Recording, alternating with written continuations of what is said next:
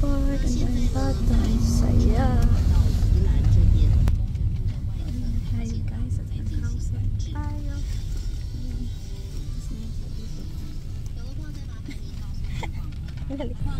Ayan. Punch hits for all 5 na po ng hapon. Tama-tama dinner na lulutuin ko kayo ng pagdating.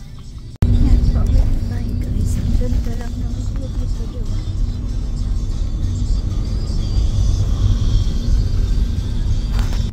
Guys, grabe. Kwantuhan ko lang kayo ng konti habang nasa biyahe tayo. Ang mahal na ng bilihin ngayon. Yung tatlong kamatis, 90 NT, 85. Ganyan. Parang hindi ko nakapabatisan yung sinigang namin. Pero wala, kailangan.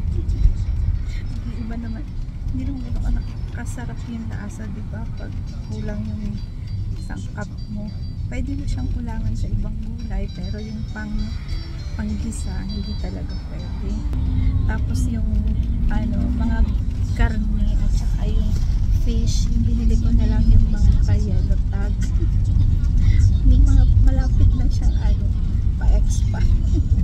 Hindi naman. Ay, syempre yung na sila, anong tawag doon? Yung mag-change na sila ng stocks, ganyan. Yun yung sipin ko. Tsaka hapon nakabili kasi isa rin yun sa it take advantage natin. Kasi pag medyo naglo-lower na ng konti yung price.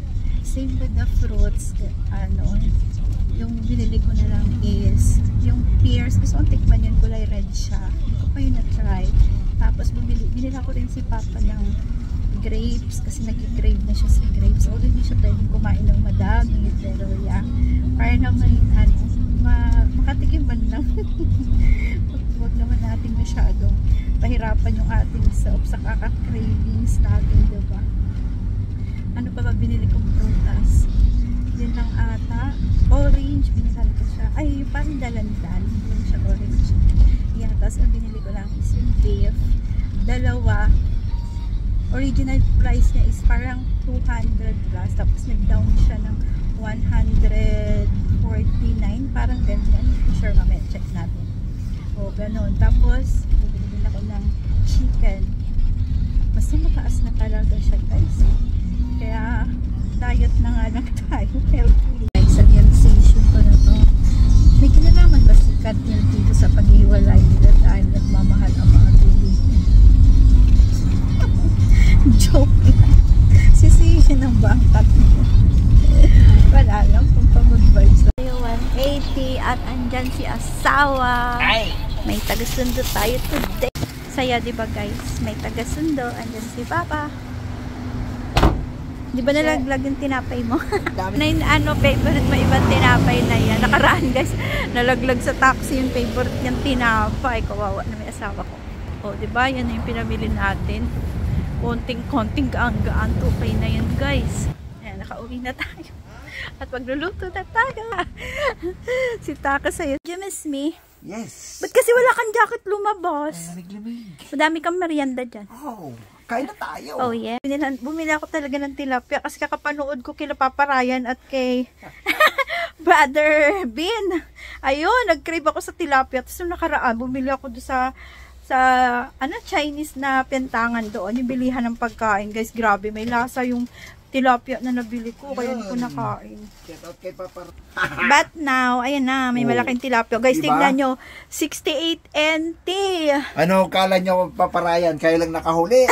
May huli ka din kami. May huli daw si Mek. Ayan o. Tilapia from Paparayan. Joke. Budol. Ayan, haul natin yung pinamili natin guys. O, ayan, namili tayo ng mushroom. May ano yung Papa? Okra. Tapos, ayan. Ano to pa? Gabi. Para yung sa sinigang. Tapos, chicken na native. Ayun, ang palaya. Masarap yan sa almusal na may itlog. Saka ito. May sibuyas. Ito, may itlog kami. Tapos, ito kay Papa. May itlog si Mek. Meron ka na naman? Wala akong shampoo pa. Conditioner nakaraan. Oh, grapes. Wow. Grapes in the grapes. Naka-LL si Mek. Naka-grapes. Sana all. Tapos may malaki siyang parang galit sa akin bread. guys. Lagyan na natin ng egg yan. Lagi siya kasing ginug. Tapos yan, ito yung red na pears. Gusto kong itry. Saan ba galing yan pa? From ano? Nakalagay kasi dun pula pag hiniwa sa loob. Bukas try natin. Or mamayang gabi. Tapos eto, mabilis lang tayo mag-haul, Papa. Repolyo. Tapos eto yung sinasabi ko, guys. 214 pa din pala siya. Kala ko naka-down na. Mali tayo. Uy. Kamatis. At Ayan o, yung kamatis. Alam nyo magkano yan? 39. Oh, natin bumili. Tapos ito, biscuit, merienda ni Papa. Tapos, binilhan ko din siya ng cheesecake. At saka ito, oh, masarap to, diba? Cheese milk na ano. Parang, masarap to i-partner sa kape. So, yun lang po yung pinamili natin. Mabilis lang na. Quick. Ayan, guys, yung ating pinang grocery. Sobrang konti lang at very essential lang talaga. As in, mga karne natin, o manok, baka, tapos may isda din tayo dyan. Tapos merienda ni Papa, konting gulay, at saka yan, mga biscuit na pang stocks niya kapag ginugutom siya. At importante, yung egg, para meron siyang pagka halimbawa ginutom siya pang madalian. Salamat po sa inyong panonood. Tayo magluluto na ng ating dinner, guys. At sisimplihan lang natin kasi gahapon na pagod na din ako, kakarating ko lang. Straight pa ako from night shift. Uy, yung kangkong natin di nakita. Yan. Kangkong. Yan.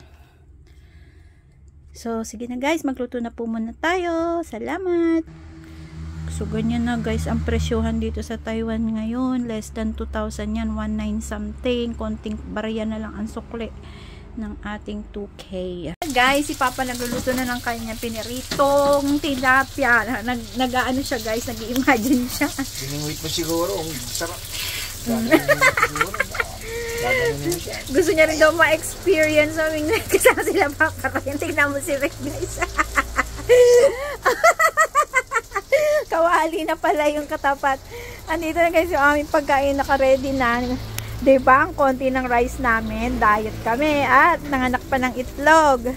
Tapos, meron na kami dito naka-slice na yung aming kamatis at sibuyas. Ayan.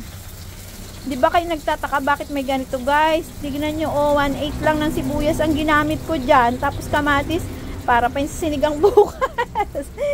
O, diba? Ganyan tayo eh. Tipid-tipid din pag may time. Pitaka di peligro, ika nga. Ano na, madami ka na nabingwet? Dami.